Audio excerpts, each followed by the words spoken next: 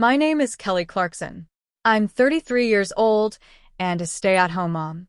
My husband, Paul, is 39.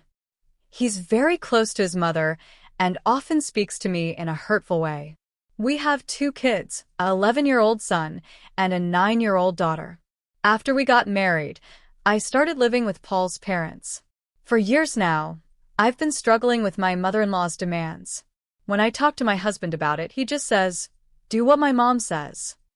It feels like my mother-in-law treats me like a servant. Every morning, she calls me right after she wakes up and tells me to come wake her up, even though she's already awake. I have to pull her out of bed, help her get dressed, take her to the bathroom, and then bring her to the living room for breakfast. She has trouble walking, especially in the mornings, so she needs help getting around.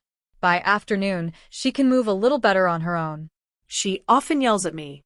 For example, after meals, she demands hot tea right away.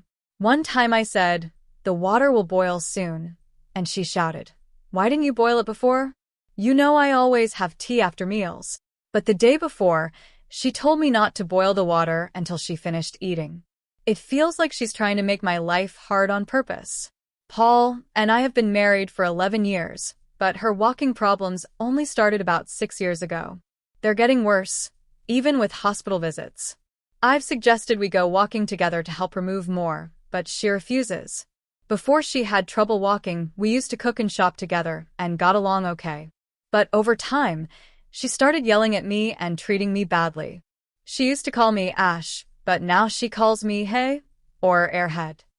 I used to care about my mother-in-law a lot and even relied on her in the past, so I tried to accept the hard situation I'm in now. But it makes me sad to think about how kind she used to be. I talk to my husband about this almost every day, but he just says, "Do what my mom says," and doesn't listen to anything I say, even when I try to talk about her health. That's why I started recording videos to show that I've told him everything. This way, he can't pretend he didn't know what was going on. After a long day of being shouted at and doing everything my mother-in-law asked, I got a phone call from my sister-in-law that made things even worse. She said, "Hey, Linda is coming home because she's going to have a baby. Make sure you take good care of her." I was shocked. I didn't even know Linda was pregnant or married. I asked my mother-in-law, "When did Linda get married?" I didn't know anything about it. She said, "I just found out too. But she said she's coming, so get ready. Do you have a problem with what I told you?" She yelled at me so loudly that I realized she only sees me as a servant and someone who will take care of Linda.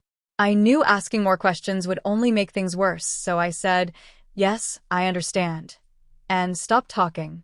Later, I went out to buy food for dinner. When I came back home, there were a lot of cardboard boxes at the front door. My son ran up to me right away and said, "Mom, Annie says she's going to live here and take my room. Do something." Then my daughter came and said, "They told me I have to share a room with my brother. We can fit 2 beds, but there's only room for 1 desk." They both looked upset. I went to my mother-in-law in the living room to ask what was going on. "Mother, is what the children said true?" But she cut me off and said, "Yes.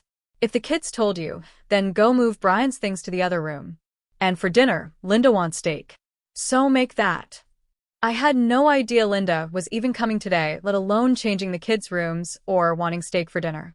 Then, out of nowhere, Linda started yelling at me too. "Hey Kelly, you have no right to complain to Mom. You're just a freeloader," Linda said, crossing her arms and glaring at me. "Why are you acting so important? Just do what Mom says and take care of her." The children were scared of how Linda was acting and hid behind me. To protect them, I said, "I'll talk to my husband about this," and took them to their room. Once we were in the room, the kids asked, "When is Annie going to leave? She's really mean and scary." Even while I was cooking dinner, they stayed close to me, clearly nervous and not wanting to be alone. I couldn't wait any longer for my husband to get home, so I called him. "Did you know Linda is coming here today to give birth?" I asked. He was surprised. He didn't know either. I told him everything, including how the kids felt. He just said, "Mom told you to clear out one of the kids' rooms, right? So just do it. There's no problem. If Linda wants steak for dinner, make it. Just do what Mom says." Of course, Linda is angry. You need to explain everything to the kids. But the room is too small for 2 beds and a desk. What are we supposed to do? I asked. That's not my problem. Figure it out, he replied. I felt so hopeless. Seeing me like that, my son said, Mom, it's okay. We just have to deal with it for now. My daughter added, We can handle it until Auntie leaves. Don't worry. They were right, it's only for a little while, until Linda gives birth. It won't last forever. Their words gave me strength. You're right, I told them. We just have to get through this. But after she leaves, we'll put the room back the way it was. I'm sorry for making you go through this. The kids, who had looked so worried, finally smiled. Then hurry up and make dinner before Annie gets mad, they said. I went to the kitchen, took the meat out of the freezer, and started making steak. A little while later, my husband came home, looking cheerful. He had a box of cake in his hand. As dinner time came, the kids came out of their room and were happy to see the cake. I thought my husband bought the cake to say sorry for how the kids were treated. I told the children, We'll have cake after dinner. But I was wrong. This cake is for Linda and Mom, my husband said without emotion. I asked, Why didn't you get one for the kids too? Don't ask silly questions, he replied. I bought it because you made Mom and Linda feel bad. My daughter started crying and said, We didn't do anything wrong. But my husband ignored her and gave the cake to Linda. I held my crying daughter and tried to change the topic. Linda, congratulations on your pregnancy. When is the baby due? I asked with a smile. Thank you. I think in October, Linda replied. I was shocked. That meant she was only 4 months pregnant, yet she was already planning to live here and give birth at home. No wonder her belly didn't show at all. Then my mother-in-law asked, So, when are you getting married? What's your partner like? Linda looked nervous and quickly said, Oh, my partner? He's the president of a company. He's super busy, so he can't visit. But he cares about my health and wants me to stay here. I thought, she's lying. From her panicked answer, it seemed like not only the pregnancy, but even the marriage might not be true. I decided to find out the truth. The next day, after taking care of my mother-in-law and seeing my husband and kids off, I told my mother-in-law, I'll be stepping out for a bit, and left the house. First, I went to the apartment where Linda used to live. Luckily, the janitor was working nearby, right in front of her door. I walked over and asked, Do you know if someone named Linda Clarkson lived here? He replied, Are you a friend of Miss Clarkson? Yes, I said. I couldn't reach her, so I came to check on her. He seemed to believe me. He said, Actually, I haven't been able to contact her either. She hasn't paid rent in 7 months, and I was getting worried. I thought maybe she collapsed inside, so I was just about to open the door. He asked if I'd help check, and I agreed. He gave me the key, clearly nervous. It would be terrible if something happened to her, I said. I'll go in first. Please follow me. When we opened the door, we saw a pile of unopened letters and postcards marked urgent notice scattered on the floor. I walked in first and called out, Linda? Linda, are you here? As I stepped farther into the apartment, a man sitting on the sofa jumped up, surprised by our sudden arrival. Who are you? I'm calling the police, he said, reaching for his phone. The janitor quickly stepped in and said, I'm the janitor of this building. We couldn't reach Miss Clarkson, and we were worried something had happened to her. That's why we came in. The janitor then added, This apartment is only for one person. Who are you? We might need to call the police on you. Looking nervous, the man sat down and introduced himself. My name is Henry. I'm dating Miss Clarkson. Henry then said something shocking. Linda had told him to stay here until I and the kids moved out because her brother, my husband, was planning to divorce me.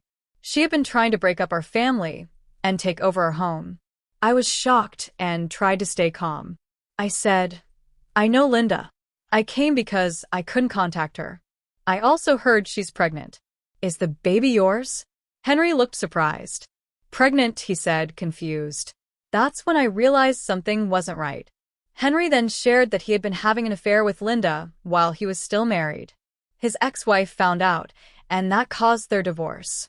He was supposed to take over a top position at his father-in-law's company, but after the divorce, he lost everything and had to quit his job. With nowhere else to go, he moved in with Linda.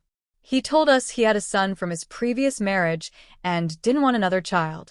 The divorce had hurt his son deeply, and he still felt guilty. Even while living with Linda, he missed his old family and regretted what he had done. He began to cry.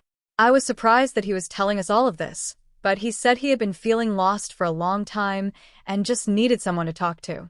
The janitor then asked, "If you still think about your family, why are you staying with Miss Clarkson? Maybe it's time to think things over."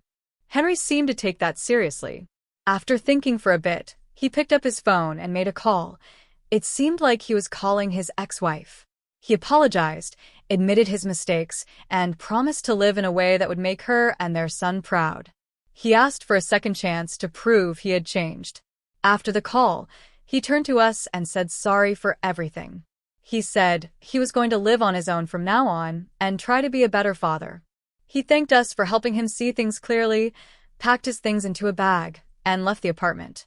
After he left, the janitor said he wished he had asked Henry to contact Linda, since she was the person who signed the rental contract. Asked the janitor who the guarantor was, and he said it was Linda's brother. I told him he should contact the guarantor, then I went back home. When I got home, Linda was crying and my mother-in-law was comforting her. I acted like I didn't know anything and went to the bedroom to change my clothes. Suddenly, Linda came into my room without knocking. "Can you call my boyfriend using your phone? Mine's been blocked, and he's not answering me," she said. I said no. I didn't want to call a stranger using my own phone. Because of that, Linda started holding a grudge against me.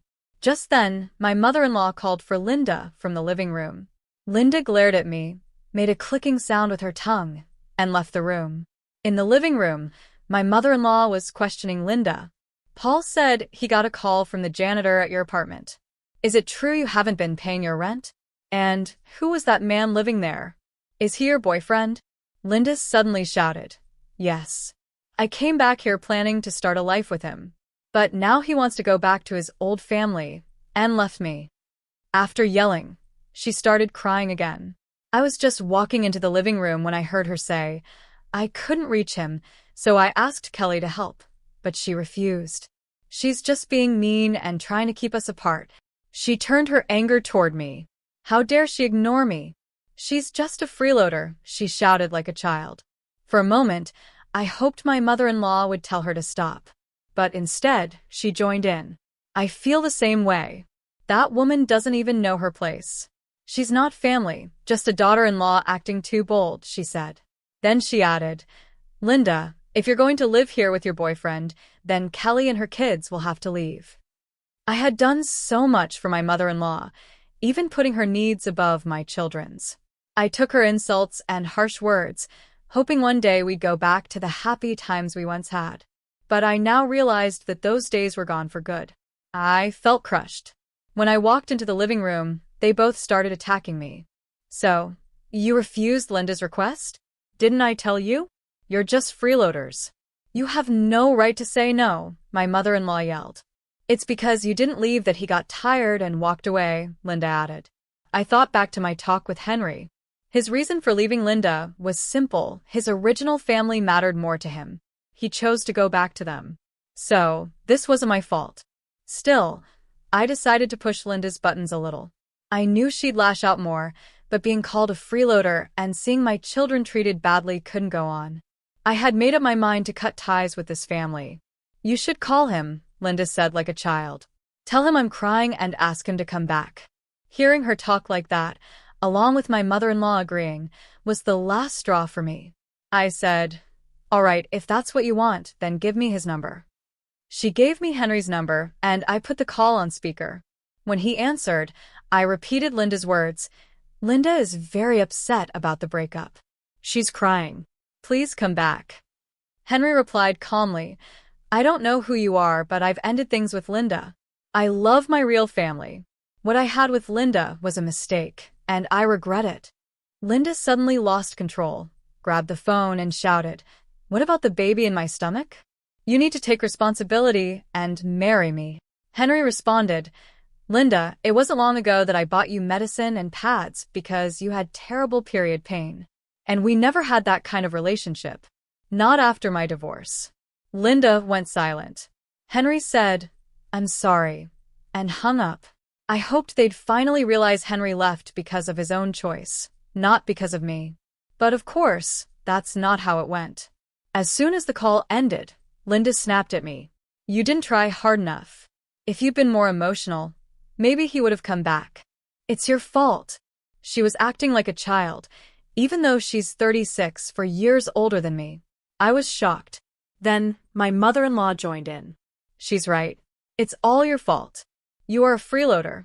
Get out of this house right now. As expected, I replied, understood, and started packing my things. That evening, when the children came home from school, I sat them down and said, I'm going to divorce your father and we'll leave this house. After a short pause, my son smiled and said, that sounds like a good idea. My daughter smiled too. Grandma and aunt are scary. I wanted to leave a long time ago. I asked the kids, will you be okay without your dad? My son answered, Dad was never on your side or ours, so it's okay. My daughter asked, are we going to live at Grandma's house on your side, just the three of us? It seemed she wasn't worried about her dad at all. Soon after, my husband came home. I didn't greet him. I was busy packing. He walked into the room angrily after hearing his mother and sister's version of the story. This was the final scene I had imagined. Hey, you made Mom and Linda upset. Didn't I tell you to just do what Mom says? He said, using the same line he always did. I understand, I replied. That's why I'm listening and leaving. Also, please sign this. I stared at him and placed the divorce papers in front of him. Where are you and your parasite kids going now? He said as he signed the papers without hesitation. Even if you leave, you're jobless. You won't be able to raise 2 kids on your own. He walked out of the room and returned to the living room like nothing had happened. Then I called my brother. Can you come with a truck tomorrow morning to help us move? I had already told him everything about my husband, my mother-in-law, and how Linda suddenly moved in. My parents knew too, thanks to my brother. They had even advised me to get a divorce. So, the phone call was quick. You've done well, Kelly. Don't blame yourself, my brother said. His words gave me a bit of relief. The next day, my brother and some of his coworkers came with a truck and helped us move. They worked quickly. Linda stood nearby, arms crossed, watching coldly. When I said, please take care of your mother, she didn't say anything. She just went back inside without any expression. Our new place was in a family-friendly apartment owned by my dad. It was right next to my parent house. Since a unit was available, we got to rent it at a low price. My parents had suggested we all live together, but after being called parasites so many times, I didn't want to burden them. The kids were so happy with the new place. They quickly chose their own rooms and helped with unpacking. Hearing their laughter felt like healing after everything we had been through. Then my phone rang. It was my ex-husband, sounding panicked. Mom's in trouble. She soiled herself, and she's calling for the slave to come clean it up. Come right away. Why should I? I answered calmly. Of course you should. Mom says you have to. The whole house stinks, he shouted, like he forgot we were already divorcing. I said, why would I? I'm not part of your family anymore. I'm just a stranger now. Remember? He exploded in anger. After I took care of you and your 2 parasite kids, you can't even do this one thing? I could handle being called a parasite myself, but I hit my limit when he started calling the children that too. Did you even know your mother has dementia? I said. I've told you many times about the hospital's diagnosis, but you never listened. I even have video proof. I'm not going back to a house where you call my precious kids parasites. Since that smell is from your dear mother, think of it as an air freshener and deal with it. I let everything out at once. I was usually quiet and obedient, so my sudden change shocked my ex-husband into silence. Your mother is rated as needing level 3 care, I continued. That means she needs help from morning to night. It's hard, but good luck. Then I hung up and blocked his number. Later, Linda called, screaming at me to come clean up. I quietly hung up on her and blocked her too. 3 weeks later, a letter from my ex-husband arrived at my parents' house. It explained how bad things had gotten since I left. Without anyone to boss around, my mother-in-law's dementia had gotten worse. Linda had returned home pretending she was pregnant and planning to give birth just so she could live comfortably again. But my ex blamed her for the mess they were in now. They tried to find a care facility for their mother, but all the options were too expensive, so they had no choice but to care for her at home. Linda wanted to go back to her old apartment, but because my ex hadn't paid the rent, the lease was canceled. She had nowhere else to go and had to stay and help care for her mother. My ex and Linda kept fighting about who should take care of her. Ironically, even though my mother-in-law sometimes forgets who my ex and Linda are, she never forgets to call me the slave. For me, waking up with the morning sun shining through the window feels like a gift. A fresh start for me and my children. I have a pharmacist license and hospital experience, but now I'm working at a drugstore. Returning to work after 11 years isn't easy, but no challenge compares to the pain of living with my ex's family. The kids quickly made new friends at school and are happy in their daily life. Most of all, I'm thankful that we can now live as a family, smiling and at peace.